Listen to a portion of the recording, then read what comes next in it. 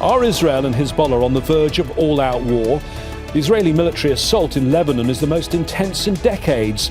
Benjamin Netanyahu wants to change the balance of power in the north, but can Israel achieve this by bombarding its neighbour? This is Inside Story.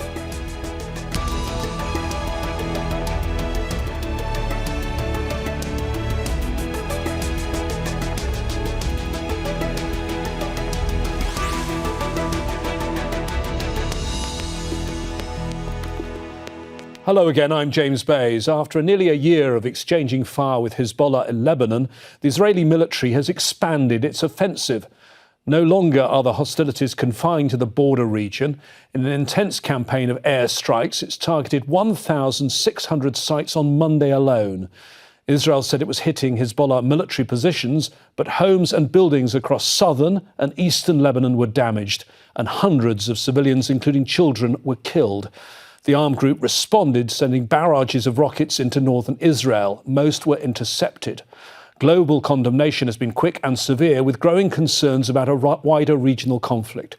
So could international pressure make a difference, or is the Middle East on the verge of an all-out war? We'll explore these questions and more with our guests in a moment. But first, this report from Ferdi Akar.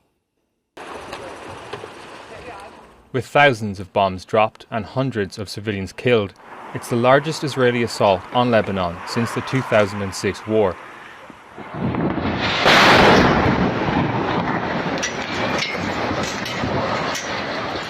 The first airstrikes hit the south and east on Monday. The Israeli military said it was targeting Hezbollah sites, but the bombs destroyed civilian buildings, something it was quick to justify. For over 20 years, Hezbollah has deployed its arms inside homes and militarized civilian infrastructure. As a result, the Hezbollah terrorist organization has turned southern Lebanon into a battlefield. Hospitals, already treating thousands of people after last week's attack on communication devices, are battling to cope with the new wave of injuries. Seems all too familiar after 11 months of bombardment in Gaza. Take this warning seriously. In a video address, Prime Minister Benjamin Netanyahu told Lebanese citizens Israel's war was not with them, but with Hezbollah. Please, get out of harm's way now. That message came as the destruction was well underway. Fearing for their lives, tens of thousands of Lebanese civilians are heading north. But the roads aren't safe. Israeli jets bombed Hezbollah positions on the main highway to Beirut.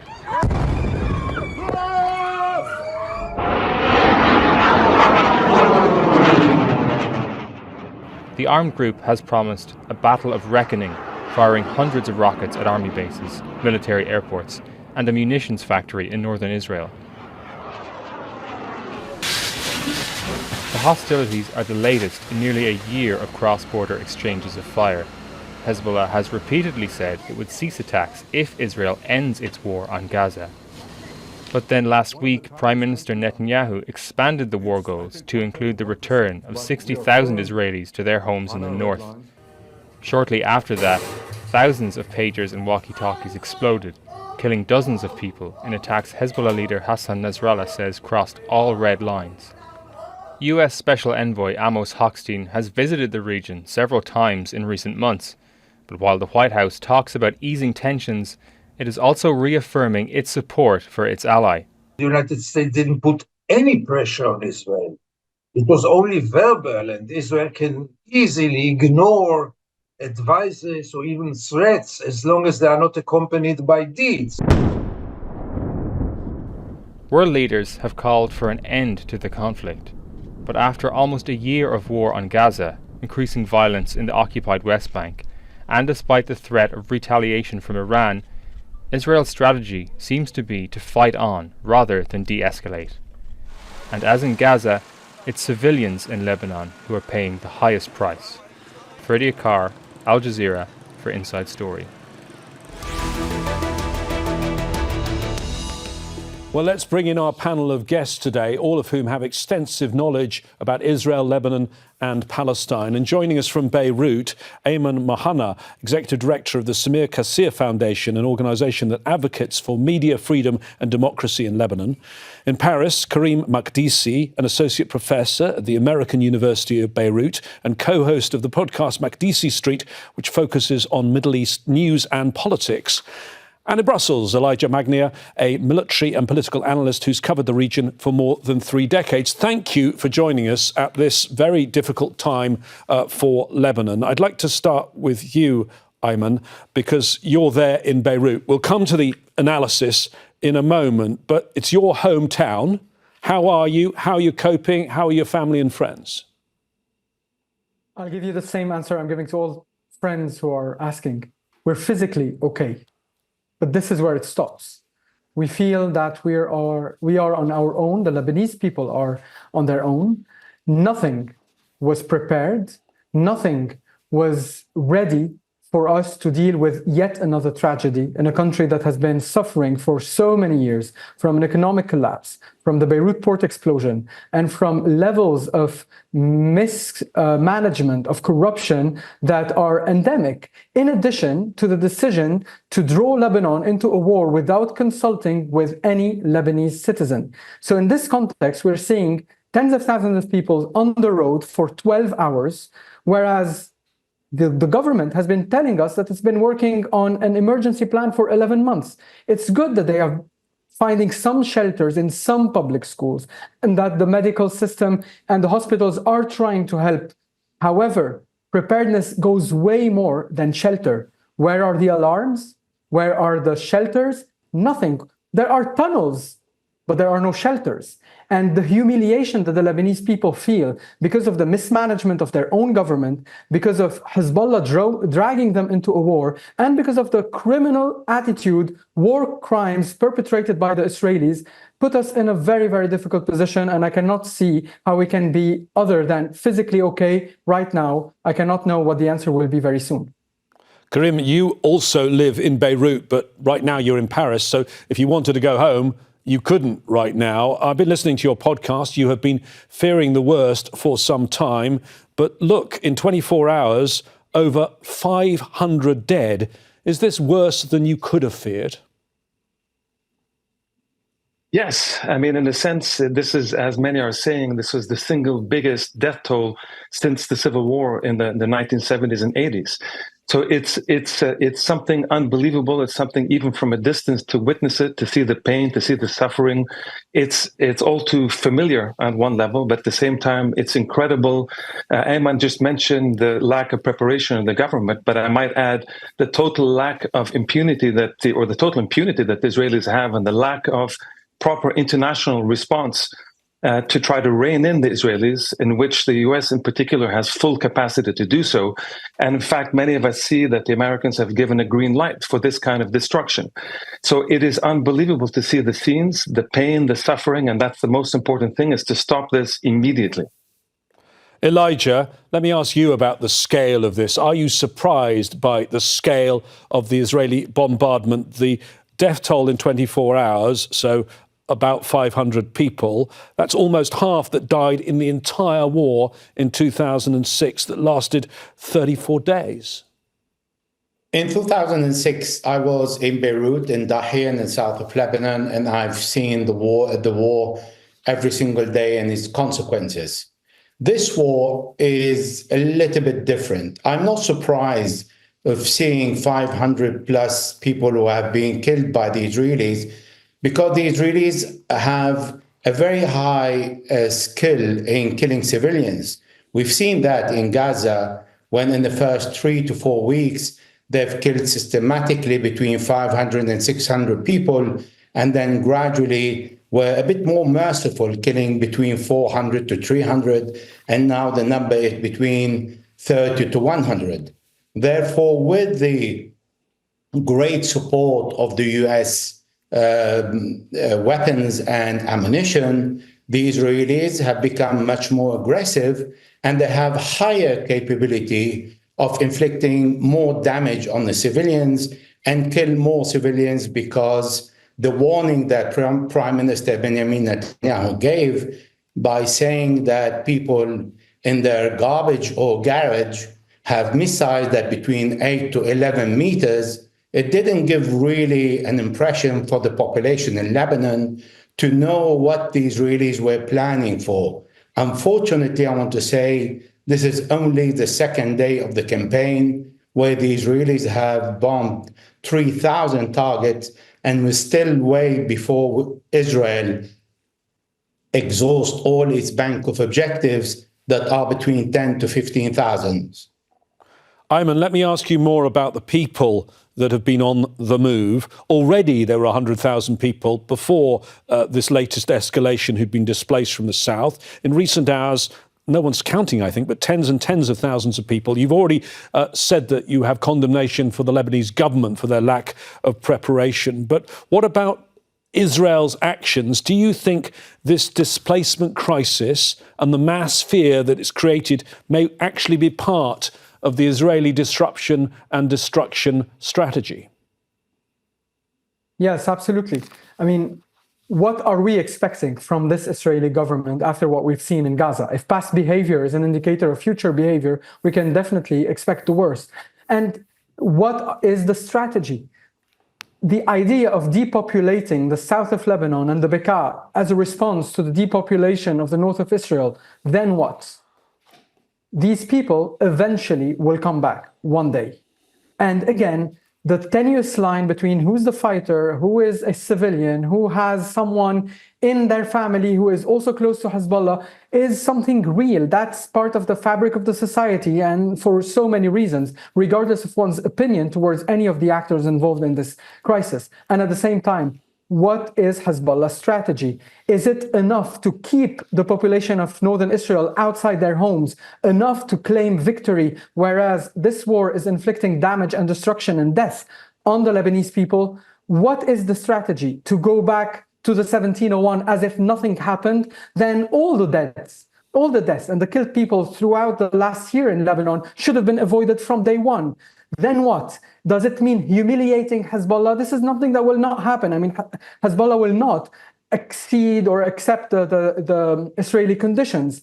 What will happen is a grand bargain between powers that have nothing to do with the Lebanese people, between Iran, between the United States, bargaining on so many other things related to the chessboard in the region, related to the nuclear program, probably at the expense of Lebanese life and Palestinian life. Karim, let me ask you about Israel saying that it gave plenty of warning to everyone. They made phone calls. You probably saw that slick video. Prime Minister Netanyahu is certainly a PR man. He said for too long Hezbollah has been using you as human shields. Once this operation is finished, you can come back safely to your homes. The trouble is, once that video was broadcast, the bombardment was well underway, and the civilians who it was probably aimed at were already cowering in their basements or fleeing for their lives. Who do you think was the real audience, in Israel or an international audience? I think it's clear that it's certainly not the Lebanese population or the Lebanese audience. It's both. It's really the international audience in the sense of trying to put in ahead of time, in some very, as you're saying, this kind of very a typical kind of PR, Israeli PR, to try to say ahead of time, look, we told people to leave. So any civilian that's killed in the meantime, any child, any woman, any civilian that's killed, or any civilian infrastructure that's destroyed, it's on them. It's Hezbollah's fault, it's Lebanon's fault, and it's even those that are died, it's their fault as well. So, of course, this is a very old trick. We've seen it in Gaza. We've seen it, in fact, the whole business called the Dahi Doctrine, which was during the 2006 when they destroyed civilian populations ostensibly to try to get to military targets, and they didn't differentiate between civilians and military targets. That's in 2006. We know this from the 1982 invasion, when they did exactly the same thing. They destroyed large parts of Beirut as a way to say, well, we're going after Palestinian and Lebanese fighters, and the fact that they massacred Lebanese and Palestinians along the way, for them, that was part of their doctrine and their policy. This goes back to 1948. It goes back to the birth of Zionism in its practice in Palestine and in all the wars that it's conducted. It does not differentiate between civilians and military target.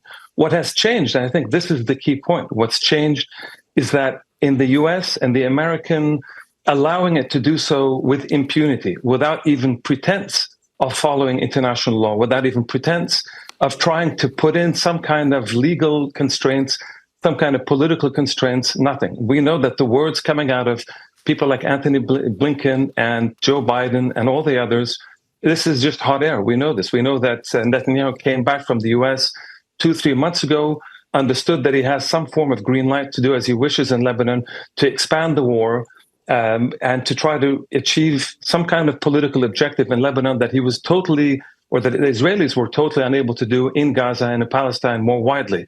Just one other point I just want to make, which I think is really important for this conversation, which is a larger historical contextual point. This is not about Netanyahu. Netanyahu is a war criminal. He's a PR man. This is well known. But this is larger. It is about Israel as a state. It is about the way the Israelis have always acted in Palestine and outside of Palestine. You look around, they occupy Syria. They have control over large parts of the Sinai and Egypt. They have occupied Lebanon.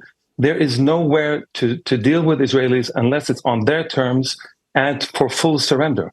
So the idea that this is only a Netanyahu issue it's not. It's a large historical Israeli problem. Elijah, you heard Karim there talk about the Dahir Doctrine, a very grim name, describing a doctrine after the southern suburbs of Beirut that they flattened in 2006. You are a military analyst. Tell me your assessment of how much damage has been done to Hezbollah, not just in the very recent escalation, but also after this week of attacks, exploding pagers, exploding walkie-talkies, and then efforts to take out the military leadership of Hezbollah. First of all, following the pager sabotage operation, Hezbollah received the damage to this kind of communication system. However, 90% of Hezbollah communication system is wires.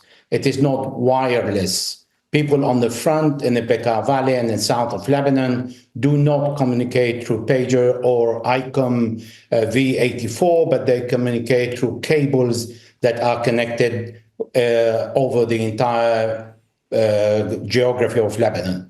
Secondly, the ICOM is more or less the same. The only difference is ICOM can contain a larger quantity of explosive, creating more damage. But Hezbollah, by that time, immediately got rid of these ICOM, and this is why the number of fatality was reduced. So for the communication system, we've seen that Hezbollah is still operational. For the last 10 days, immediately after the sabotage that took place, nothing has affected the central command and control. However, the attack on Dahi, killing Ibrahim Akil, the head of the Ridwan forces, was different, not because the elimination of several commanders. The Ridwan forces, the special forces, have not been and are not engaged in the battle for the last 11 months. Only the missile unit, the short, medium, and long-range missiles, units that have been engaged and still engaged until today in the battle, the special forces did not went into a cross-border attack. Therefore, nothing has changed, even if the hit was major. But that has implemented a new doctrine. For Israel today, as we have seen the attack on Gobeiri just a few hours ago, it means that Israel has managed to impose a new equation.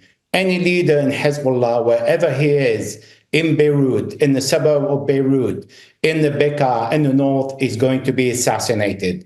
That is the new formula that the Israelis have introduced in this war. Now, and Elijah, quickly, in terms of what Hezbollah is firing into Israel, most of it seems to be being intercepted. Does Hezbollah, in your estimation, have much more in its arsenal it could use?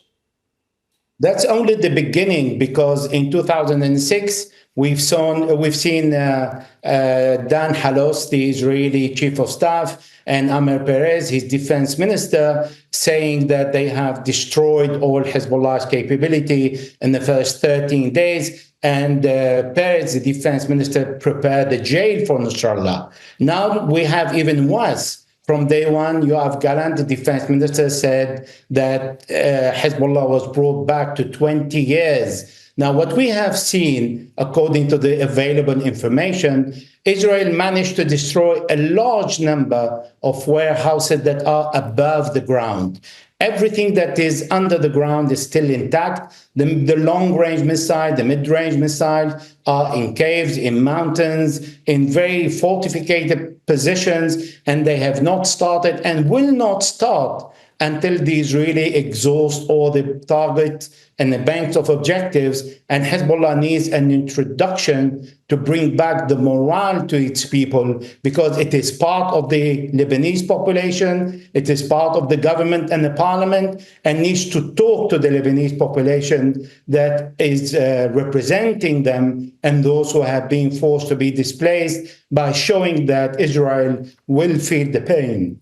OK, let me bring in Ayman. I mean, Israel's stated aim for this war, and we can discuss whether there are other aims, but the Israeli cabinet updated the aims of the war on Gaza. It had been to defeat Hamas and to free the Israeli captives. They updated it on the 16th to say to return the residents of the north safely to their homes. In your estimation, can they do that with air power, or will they need, if that's their only aim, to start a ground operation?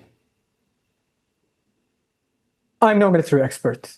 We know that previous attempts to buffer zones, even when they lasted decades, didn't necessarily protect the Israeli soldiers or even Israelis inside Israel. So I will refrain from commenting on military actions, but what I truly care about is the safety of people in Lebanon. And it's really sad for Hezbollah to believe that by firing long-range missiles after Israel has exhausted its bank of objectives would boost our morale. What would boost our morale is a complete end of this war today, a complete ceasefire today, accountability today.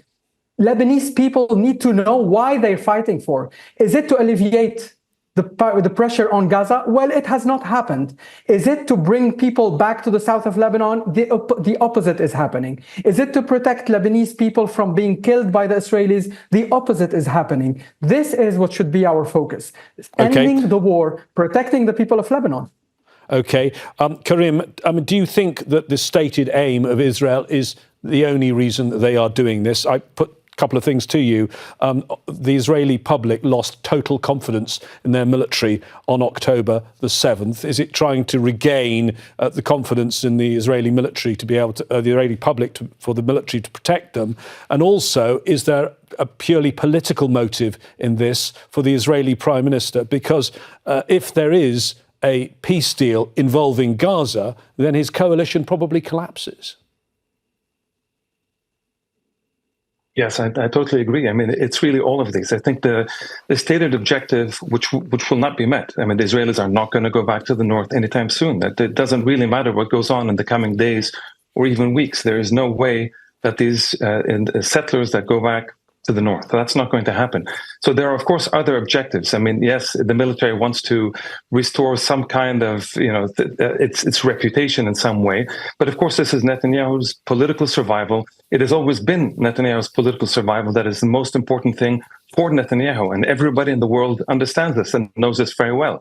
So, but there's another issue which I think is important, which is I think they're trying to goad Hezbollah to respond, and then to try to get Iran to respond as well, to open up an even bigger regional dimension to this and draw the Americans in to an attack on Iran. I think this has always been Netanyahu's goal. It's always been a goal of many people inside Israel and some in the United States to kind of finish with Iran once and for all, or at least to degrade them and degrade their nuclear capabilities as they keep expanding. I think this is part of the aim.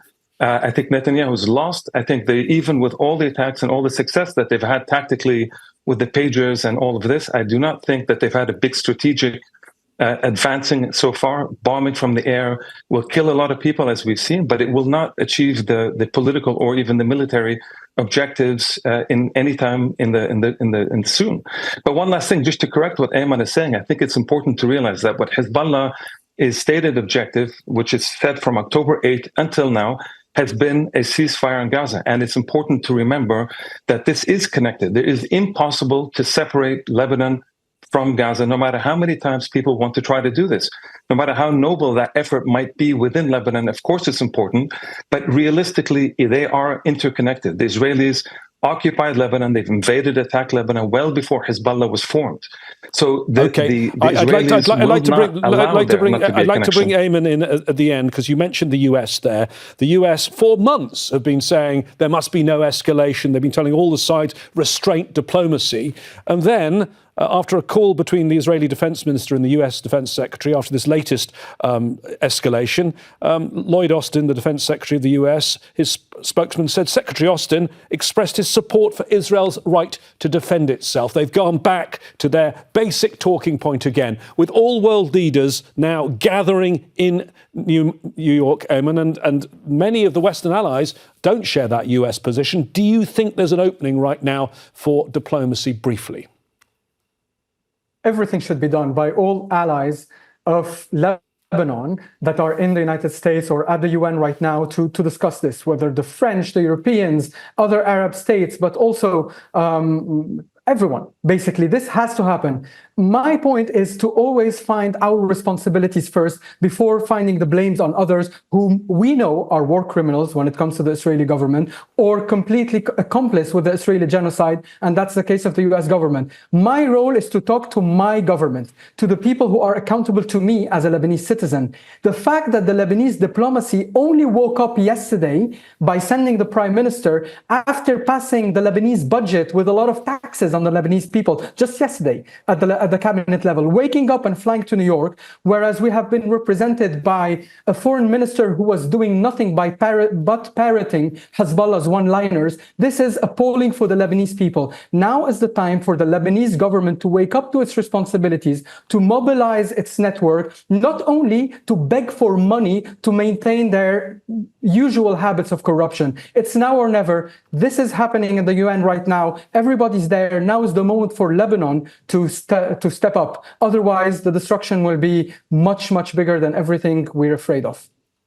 Ayman, thank you, and stay safe. Thank you to all three of our guests who've been joining us today, Ayman Mhanna, Karim Makdisi and Elijah Magnier. Our teams are on the ground in southern Lebanon and in Beirut. Full coverage continues here around the clock with analysis too at aljazeera.com. Remember, your comments and suggestions are welcome. You can go to our Facebook page. That's facebook.com/AJ Inside Story. Or you can use X, the former Twitter, where we are at AJ Inside Story. I'll be back here very soon. Until then, from me, James Bays, and the team here in Doha, please stay safe. Bye-bye for now.